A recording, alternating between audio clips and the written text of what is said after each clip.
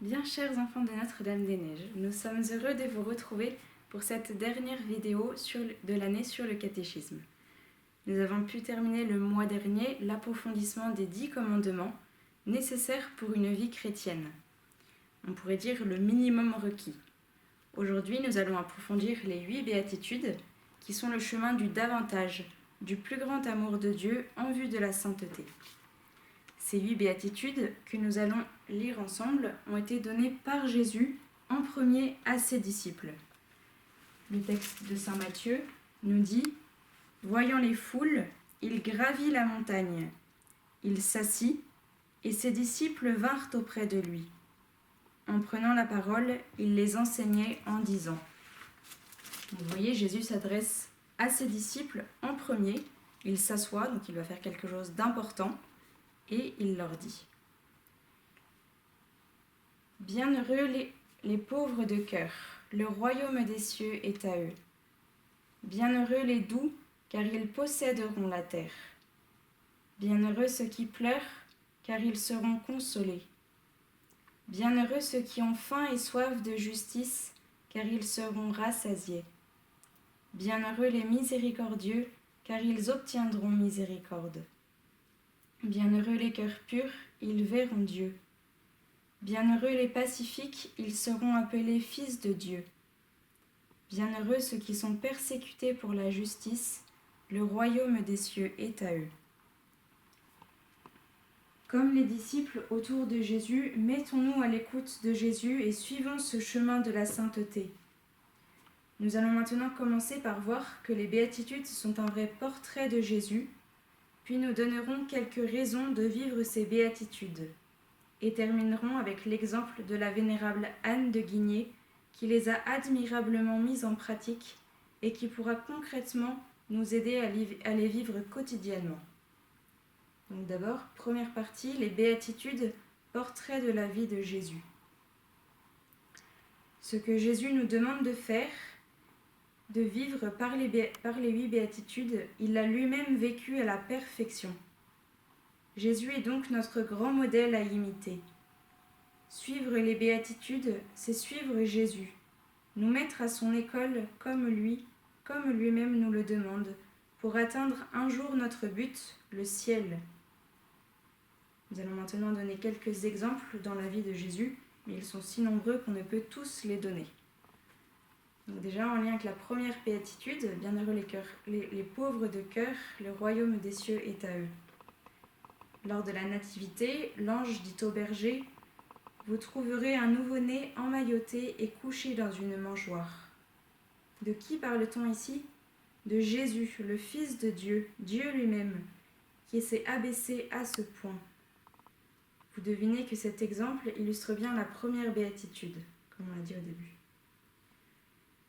Ensuite, sur la croix, Jésus s'écrie « Père, pardonne-leur, ils ne savent pas ce qu'ils font. » En pardonnant à ses bourreaux, lui, Jésus, le plus innocent des condamnés, a bien accompli à la perfection la 5e béatitude. Bienheureux les miséricordieux, ils obtiendront miséricorde.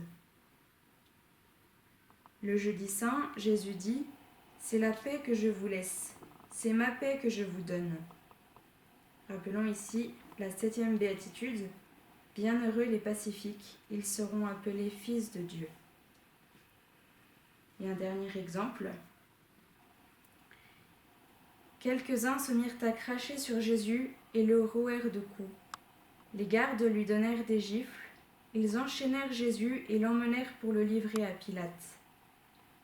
Après avoir fait flageller Jésus, Pilate le livra pour qu'il soit crucifié.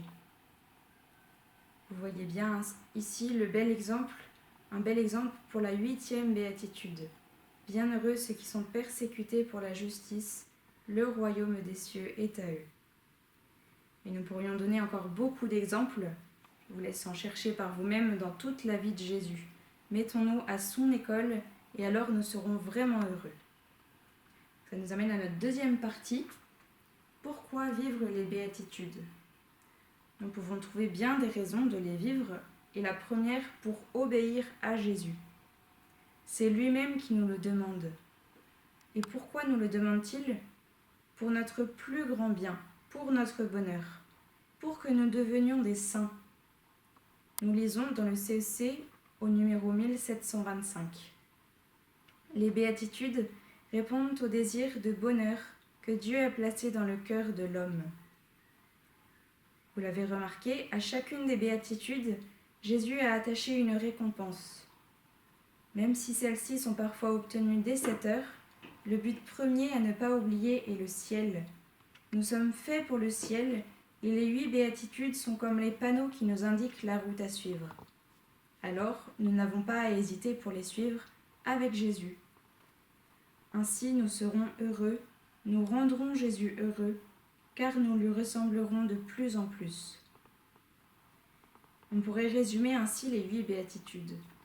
Heureux ceux qui cherchent à rendre Dieu heureux. Tous les saints ont poursuivi ce but. La petite Anne de Guigné avait pour devise « Pourvu que Jésus soit content ». C'est la seule chose qui compte vraiment. Donc maintenant, nous allons un petit peu voir son exemple, l'exemple de la vénérable Anne de Guigné, qui peut beaucoup nous aider concrètement. Sa vie, son exemple nous montre que ce n'est pas impossible de vivre ces béatitudes, que la sainteté n'est pas impossible puisqu'une petite fille, qui a eu une vie plus courte que la plupart d'entre vous, a pu suivre Jésus sur ce chemin avec sa grâce. Anne est née en 1911. Elle était d'abord une petite fille qui avait de nombreux défauts. Elle était jalouse, gourmande, coléreuse, orgueilleuse, etc. Mais à ses 4 ans, lors de la mort de son papa, les pleurs de sa maman et la grâce de Dieu touchent son cœur. Une grande transformation va avoir lieu petit à petit. Sa maman témoigne. Dieu lui mit dans le cœur cette tendresse délicate qui sait adoucir la douleur. Anne exerce ici la 3e béatitude. Elle est pleine de compassion, d'attention, de gentillesse pour sa maman qui souffre. Et à votre tour, vous avez sûrement bien des idées qui vous viennent pour consoler les personnes qui sont tristes autour de vous. Un sourire, de l'aide, une parole gentille. Il y a encore de bien nombreuses choses que l'on peut faire. Ensuite, il ne faut pas croire que le combat contre ses défauts a été facile. Cependant, elle l'a mené et avait bien compris qu'elle trouverait son soutien, sa force, dans l'Eucharistie et la prière. Elle avait, comme le demande la 4e béatitude, faim et soif de Dieu. C'est en Dieu qu'Anne est allée chercher sa force. Dès qu'elle le pouvait, elle communiait en s'y préparant et vivait tellement en présence de Dieu ensuite que quelqu'un a pu dire « Non, vraiment, quand on l'a vu, on ne peut pas dire « Il n'y a pas de Dieu ». À notre tour, puisons notre force en Jésus. Alors maintenant, 2 autres béatitudes qu'elle a vécues. Une de ses grandes victoires fut de transformer sa colère en douceur et de pardonner à qui pouvait l'offenser en cachant ses larmes si besoin. On voit bien sûr ici l'exercice héroïque des 2e et 5e béatitudes. En voici un petit exemple. Par une belle journée ensoleillée de mars, les enfants jouent dans le jardin. Anne avait ramassé beaucoup de petites fleurs du gazon qu'elle avait arrangées en beaux bouquets et disposées sur un petit chariot. « Qui veut des fleurs ?» disait la marchande, « des jolies fleurs !» Tandis qu'elle en vendait à son institutrice, Jacques, son petit frère, avec un de ses amis, sans crier gare, prit le chariot, le retourna pour le vider et s'en alla avec, sans se douter de la peine qu'il venait de causer. Anne ne se fâcha pas, mais des larmes silencieuses montraient son chagrin. Avec un sanglot, elle dit « Je suis contente, il s'amuse ». Elle avait pardonné. À votre avis, comment Anne a-t-elle pu vivre la première béatitude ? Bienheureux les pauvres de cœur. Anne vivait dans une famille assez aisée et ne manquait de rien.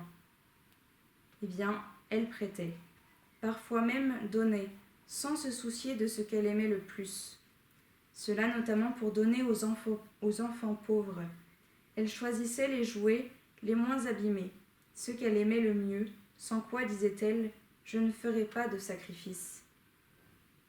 Et bien sûr, elle ne râlait pas quand un de ses frères et sœurs lui demandait de jouer avec un de ses jeux, même si c'était celui avec lequel elle jouait justement. Anne avait aussi trouvé un bon moyen d'être pacifique, artisan de paix autour d'elle. Donc pour vivre la 7e béatitude. Ce moyen était l'obéissance. Lors de sa première communion, elle avait pris pour résolution: pour vous plaire, Jésus, je prends la résolution d'obéir toujours. Pour l'aider, le prêtre lui avait donné l'exemple de la lumière électrique. On appuie sur le bouton, elle apparaît. À notre tour, obéissons toujours sans faire attendre même quelques minutes ou secondes quand on nous demande quelque chose. Et alors nous mettrons vraiment la paix dans notre cœur, dans le cœur de la personne à qui nous obéissons et à tous ceux qui nous sont proches. Et pour terminer, rappelons une des demandes d'Anne. Je veux que, pour Jésus, mon cœur soit pur comme un lys. Bienheureux les cœurs purs, ils verront Dieu, nous dit la 6e béatitude. Comment garder notre cœur pur? En ne disant que des belles paroles, pas de gros mots par exemple, en ne disant que la vérité, en refusant la curiosité. J'ai envie de regarder telle chose, eh bien je ne le fais pas. On peut trouver beaucoup d'exemples dans notre vie. Anne, atteinte d'une grave maladie, mourra à presque 11 ans, et nous pouvons dire, sans en douter, qu'elle a bien vite rejoint le royaume des cieux, récompense promise par Jésus, pour qui vit les 8 béatitudes. Alors en avant, soyons des saints à la suite d'Anne, marchons derrière Jésus, suivons Notre-Dame des Neiges, qu'elle nous guide pas à pas sur ce chemin. Et on peut lire, pour terminer, une citation de Jean-Paul II, qu'il avait dite à un rassemblement des jeunes à Toronto. Les 8 béatitudes sont les panneaux signalétiques qui indiquent la direction à suivre.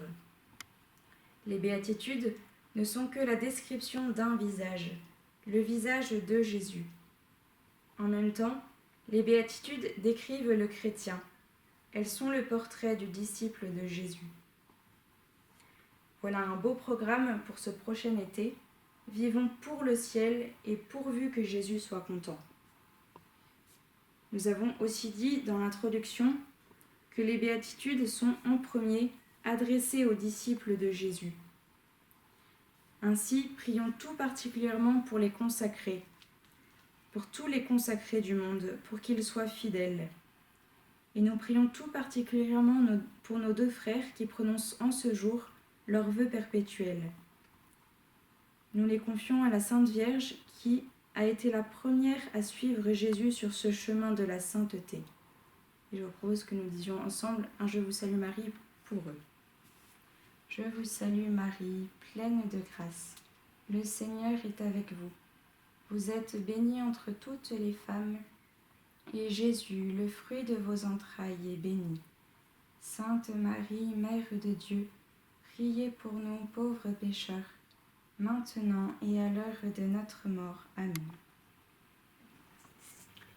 Et chaque jour, les frères et sœurs continuent à monter au pied de Notre-Dame des Neiges, et nous confions bien chacun de vous toutes vos intentions. Alors courage et en avant pour la sainteté.